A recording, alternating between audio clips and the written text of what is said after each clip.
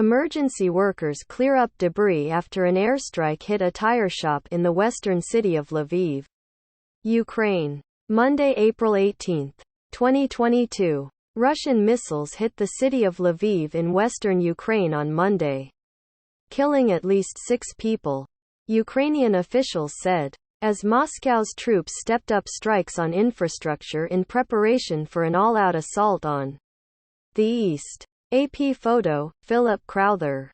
Emergency workers clear up debris after an airstrike hit a tire shop in the western city of Lviv, Ukraine. Monday, April 18, 2022. Russian missiles hit the city of Lviv in western Ukraine on Monday, killing at least 6 people, Ukrainian officials said, as Moscow's troops stepped up strikes on infrastructure in preparation for an all-out assault on the east. AP photo, Philip Crowther. Lviv, Ukraine. AP. Russian forces launched missile attacks on the western city of Lviv and pounded a multitude of other targets across Ukraine on Monday in what appeared to be an intensified bid to grind down the country's defenses ahead of an all-out assault on the east. At least 7 people were reported killed in Lviv, where plumes of black smoke rose over a city that has seen only sporadic attacks during almost 2 months of war and has become a haven for civilians fleeing the fighting elsewhere. To the Kremlin's increasing anger, Lviv has also become a major conduit for NATO-supplied weapons and foreign fighters joining the Ukrainian cause. In other developments, a few thousand Ukrainian troops, by Russia's estimate, remained holed up at a mammoth steel mill in Mariupol, the last known pocket of resistance in the devastated southern port city after 7 weeks of bombardment. The holdouts ignored a surrender ultimatum from the Russians on Sunday, and Ukrainian President Volodymyr Zelensky submitted a filled-out questionnaire in the first step toward obtaining accelerated membership in the European Union, a desire that has been a source of irritation to Russia for years. Zelensky, though, has offered to drop any effort to join NATO, one of the Kremlin's key demands. The Russian missile strikes on Lviv hit 3 military infrastructure facilities and an auto mechanic shop. According to the region's governor, Maxim Kozitsky, he said the wounded included a child. Lviv, the biggest city and a major transportation hub in western Ukraine, is about 80 kilometers, 50 miles, from Poland, a NATO member. Russia has strongly complained about the increasing flow of Western weapons to Ukraine.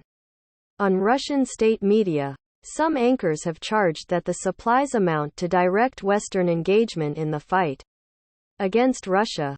Lviv has also been seen as a relatively safe place for the elderly, mothers and children trying to escape the war. A hotel sheltering Ukrainians who had fled fighting in other parts of the country was among the buildings badly damaged. Mayor Andriy Sadovy said, "The nightmare of war has caught up with us even in Lviv," said Lyudmila Turchik, who fled with 2 children from the eastern city of Kharkiv. "There is no longer anywhere in Ukraine where we can feel safe." A powerful explosion also rocked Vasilkiv, a town south of the capital of Kyiv that is home to a military airbase. According to residents, it was not immediately clear what was hit. Kharkiv, Ukraine's second-largest city, was hit by shelling that killed at least 3 people, according to Associated Press journalists on the scene. One of the dead was a woman who appeared to be going out to collect water in the rain. She was found lying with a water canister and an umbrella by her side. Military analysts say Russia is increasing its strikes on weapons factories, railways and other infrastructure targets across Ukraine to wear down the country's ability to resist a major ground offensive in the Donbass, Ukraine's mostly Russian-speaking eastern industrial heartland. The Russian military said its missiles struck more than 20 military targets in eastern and central Ukraine in the past day, including ammunition depots, command headquarters and groups of troops and vehicles. It also reported that its artillery hit an additional 315 Ukrainian targets and that warplanes conducted 108 strikes on Ukrainian troops and military equipment. The claims could not be independently verified. Over the weekend, Russia also claimed to have destroyed Ukrainian air defense radar equipment. General Richard Dannett, a former head of the British Army, told Sky News that Russia is waging a softening up campaign ahead of the offensive in the Donbass, whose capture has become the Kremlin's main goal since its attempt to storm Kyiv failed. We are doing everything to ensure the defense of eastern Ukraine, Zelensky said in his nightly address to the nation on Sunday. Ukraine halted civilian evacuations for a second day on Monday, saying Russian forces were shelling and blocking the humanitarian corridors.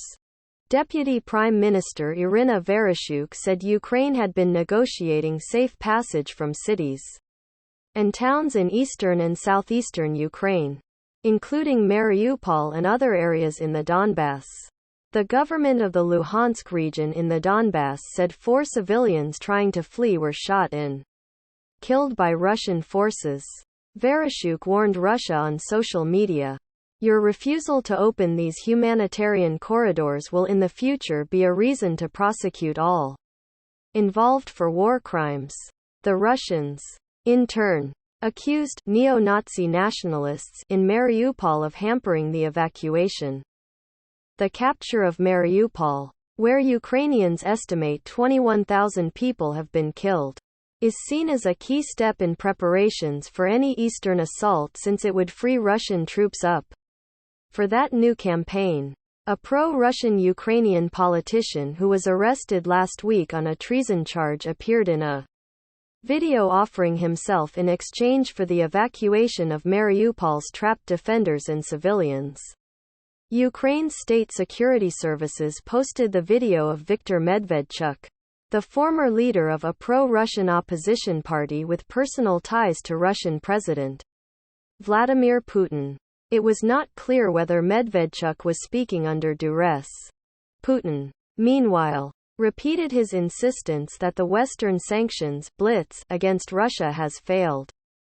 He said the West has not managed to provoke panic in the markets, the collapse of the banking system and shortages in stores, though he acknowledged a sharp increase in consumer prices in Russia, saying they rose 17.5%.